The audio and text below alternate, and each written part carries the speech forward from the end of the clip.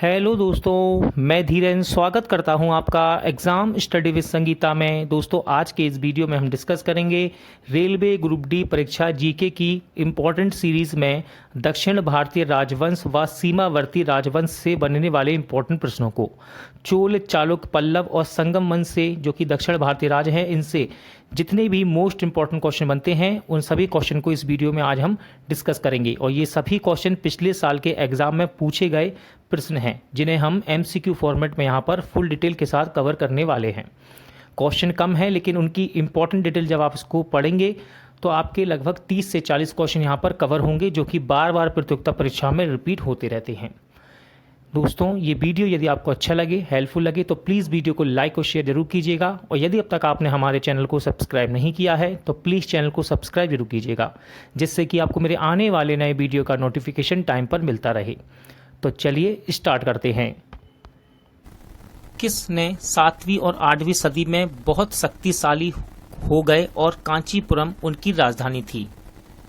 तो right answer इसका पल्लव। याद रखिएगा, पल्लव 7वीं और 8वीं सदी में बहुत शक्तिशाली हो गए और कांचीपुरम उनकी राजधानी थी।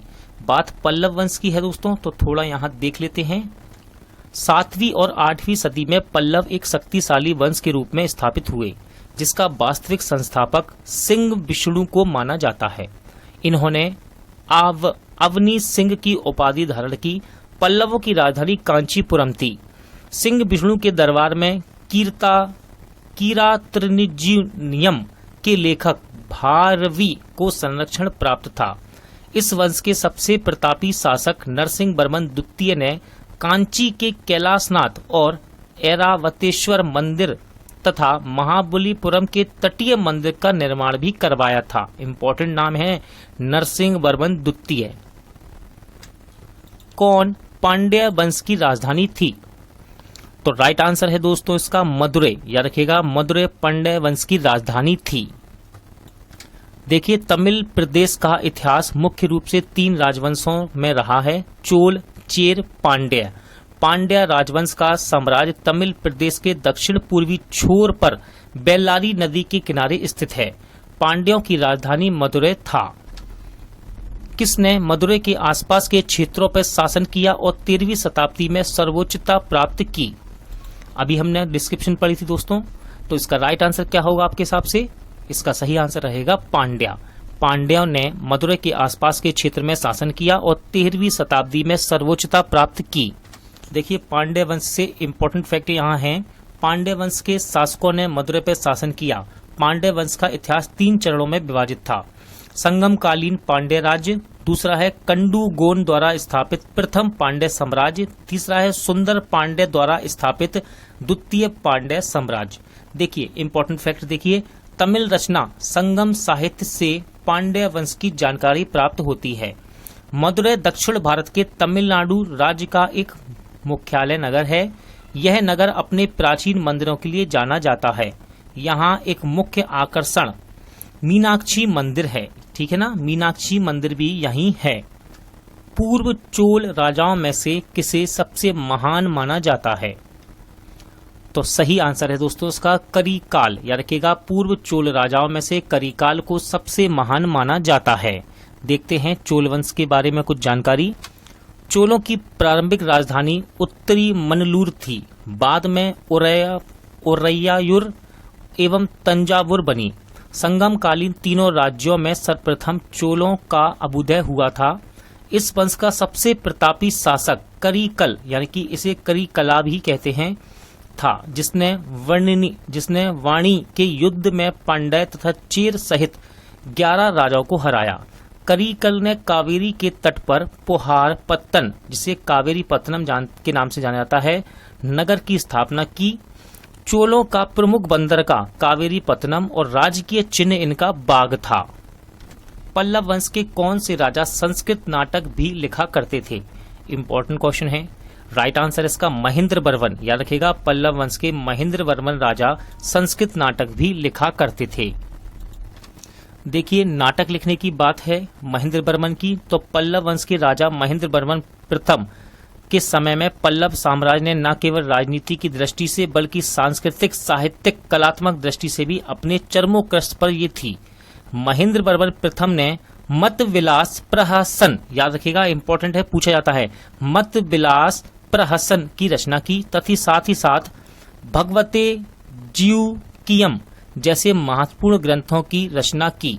संस्कृत में भी कई नाटक इन्होंने लिखे। क्वेश्चन नंबर 102 देखते हैं, किस चालुक्य राजा ने कन्नौज के राजा हर्ष को पराजित किया था? मोस्ट इंपॉर्टेंट क्वेश्चन है दोस्तों, एग्जाम में कई बार पूछा गया है, रेलवे से लेके एनटीपीसी हर किताब में मैंने इस क्वेश्चन को देखा है। तो ये आंसर है इसका पुलकेशिन द्वितीय। याद रखिएगा, किस चालुक्य राजा ने कन्नौज के राजा हर्षवर्धन को पराजित किया था? तो ये थे पुलकेशिन द्वितीय। देखिए, कन्नौज के राजा हर्ष को बादामी के चालुक्य शासक पुलकेशिन द्वितीय ने नर्मदा नदी के तट पर, याद रखिएगा, नर्मदा नदी के तट पर हराया था। दोनों राजाओं की साम्राज्यवादी महत्वाकांक्षाओं ने संघर्ष को अनिवार्य बना दिया। चोल राजवंश के अंतिम शासक कौन थे? राइट आंसर इसका राजेंद्र चोल थर्ड। राजेंद्र चोल थर्ड चोल वंश के अंतिम राजा थे, राजेंद्र चोल थर्ड। देखते हैं चोल वंश के बारे में जानकारी को। देखिए, चोल वंश का अंतिम शासक अधिराजन या इसी को ही राजेंद्र चोल थर्ड कहा जाता है। बिजाल्या ने 850 ईस्वी में चोल वंश की स्थापना की और इसकी राजधानी थी तंजौर। ठीक है, चोल वंश की राजधानी क्या थी? तंजौर। किसने की थी स्थापना? बिजाल्या ने। यह राज्य पेन्नार और कावेरी नदियों के बीच पूर्वी तट पर अवस्थित था। अगला क्वेश्चन देखते हैं, कौन से चोल राजा ने मालदीव के द्वीपों पर दरियाई विजय पाई थी? इंपॉर्टेंट क्वेश्चन है दोस्तों ये, और इसका राइट आंसर रहेगा ऑप्शन बी, यानी कि राजा राज। क्या नाम है इनका? राजा राज। देखिए, राजा राज ने मालदीव के द्वीपों पर दरियाई विजय प्राप्त की थी। इसकी अन्य विजय केरल, पांड्या, सिंगल एवं पश्चिमी गंग थी। राजा की प्रथम विजय केरल थी, जबकि अंतिम विजय मालदीव था। प्रारंभिक चेर वंशीय राजाओं ने किन राज्यों पर शासन किया था? राइट आंसर इसका तमिलनाडु एवं केरल। याद रखिएगा, प्रारंभिक चेर वंशीय राजाओं ने तमिलनाडु और केरल पर राज्य किया था। देखिए, चेर वंश की हम बात कर लेते हैं। प्रारंभिक चेर वंशीय के राजाओं ने तमिलनाडु, केरल राज्यों पर शासन किया। चेरों का शासन काल संगम साहित्य के युग के पूर्व आरंभ हुआ था। उसने आधुनिक श्रावणकोर, कोचीन, मालाबार, कोयम्बटूर एवं सेलम जिलों के प्रदेश सम्मिलित थे। अगला क्वेश्चन देखते हैं, किस भारतीय राजा ने पूर्व एशियाई के कुछ हिस्सों को जीतने के लिए नौसैनिक शक्ति का इस्तेमाल किया? बहुत ही मोस्ट इंपॉर्टेंट क्वेश्चन है दोस्तों, नौशक्ति का इस्तेमाल किसने किया? तो सही आंसर है ऑप्शन सी, राजेंद्र चोल। चलिए, राजेंद्र चोल के बारे में हम कुछ जानकारी प्राप्त कर लेते हैं, इंपॉर्टेंट है।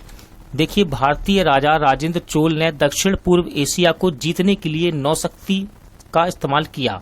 भारत के इतिहास में केवल चोल वंश ही है जिसने नौसेना पर अधिक ध्यान दिया है।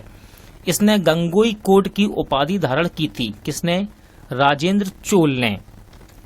विद्याशक्ति किस वंश के संस्थापक थे? तो राइट आंसर है दोस्तों इसका ऑप्शन ए, यानी कि बाकाटक। याद रखिएगा, विद्याशक्ति बाकाटक राजवंश के संस्थापक थे। अब ये बाकाटक कौन सा राजवंश है, इसे देख लेते हैं हम। देखिए, विद्याशक्ति बाकाटक राजवंश के संस्थापक थे। बाकाटक राजवंश मध्य प्रदेश के ऊपरी भाग पर तथा बरार यानी कि आंध्र प्रदेश तक विस्तृत था। विद्याशक्ति का उल्लेख वायु पुराण तथा अजंता लेख में मिलता है। इस वंश का सबसे शक्तिशाली राजा प्रवरसेन प्रथम था। प्रवरसेन इस वंश का इकलौता शासक था जिसने सम्राट की उपाधि धारण की। इंपॉर्टेंट रहेगा दोस्तों ये क्वेश्चन, ठीक है ना। बाकाटक वंश। अगला क्वेश्चन है, पाल राजवंश का पहला राजा कौन था? मोस्ट इंपॉर्टेंट क्वेश्चन है। सही आंसर इसका गोपाल, यानी कि पाल वंश का पहला राजा कौन था दोस्तों? गोपाल। चलिए देखते हैं पाल वंश की जानकारी को। देखिए, पाल वंश के बारे में मोस्ट इंपॉर्टेंट फैक्ट एग्जाम में पूछता है, तो देख लीजिए। पाल वंश का संस्थापक व प्रथम राजा गोपाल 750 ईस्वी में हुआ। इस वंश की राजधानी मुंगेर थी। याद रखिएगा, पाल वंश की राजधानी क्या थी? मुंगेर। यह बौद्ध धर्म के अनुयायी थे। इसने उदंतपुरी विश्वविद्यालय की स्थापना की थी। पाल वंश के प्रमुख राजा धर्मपाल, देवपाल, नारायणपाल, माहीपाल, नयापाल आदि थे। पाल वंश का सबसे महान शासक हुआ दोस्तों धर्मपाल, ठीक है ना। पहला शासक कौन था, ये आपने देख लिया, गोपाल, ठीक है ना। पहला शासक गोपाल और सबसे महान शासक धर्मपाल, जिसने विक्रमशिला विश्वविद्यालय की स्थापना की थी। इसलिए इंपॉर्टेंट है दोस्तों, विक्रमशिला विश्वविद्यालय की स्थापना की थी धर्मपाल ने। इनमें से कौन सा राजवंश दक्षिण भारत से संबंधित नहीं है? राइट आंसर है दोस्तों इसका, तो सही आंसर इसका पाल वंश। देखिए यहां इंपॉर्टेंट फैक्ट बनेंगे दोस्तों, क्वेश्चन में कह रहा है कौन सा दक्षिण भारत से संबंधित नहीं है, तो पाल वंश नहीं है, क्योंकि ये दोस्तों दक्षिण भारत से नहीं है, ये है बंगाल में, ठीक है। इसका संबंध है बंगाल से। और बाकी के जो हैं लिखे हुए हैं पांड्या, सातवाहन, पल्लव, इन्हें हम देख लेते हैं। देखिए पांड्या, सातवाहन, पल्लव वंश दक्षिण भारत के प्रसिद्ध राजवंश हैं, जबकि पाल वंश की स्थापना बंगाल में गोपाल ने की थी। पाल वंश की राजधानी अभी हमने पढ़ी थी, क्या थी, मुंगेर। और पाल वंश का अगला शासक धर्मपाल हुआ, जिसके काल में त्रिपक्षीय संघर्ष की शुरुआत हुई थी, ठीक है दोस्तों। इसने विक्रमशिला विश्वविद्यालय एवं सोमपुर महाविहार की स्थापना की, ठीक है, महाविहार की स्थापना की। नालंदा विश्वविद्यालय का जीर्णोद्धार भी कराया था। इसका उत्तराधिकारी हुआ देवपाल।